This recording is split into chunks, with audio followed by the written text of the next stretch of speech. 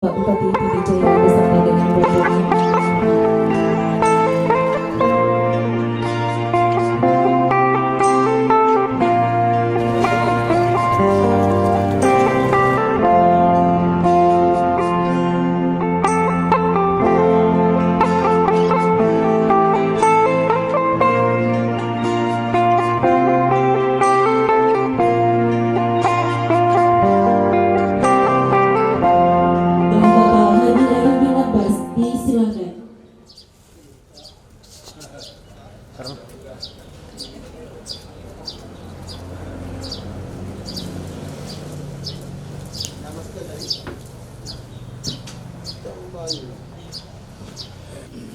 Jadi dia anak lam ayu langsung nanrau ayu.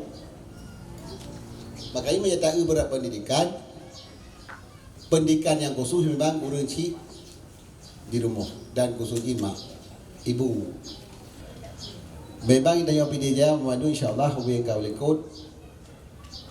Nada penuhi cuma dalam dua tahunnya memang le kendala-kendala tu.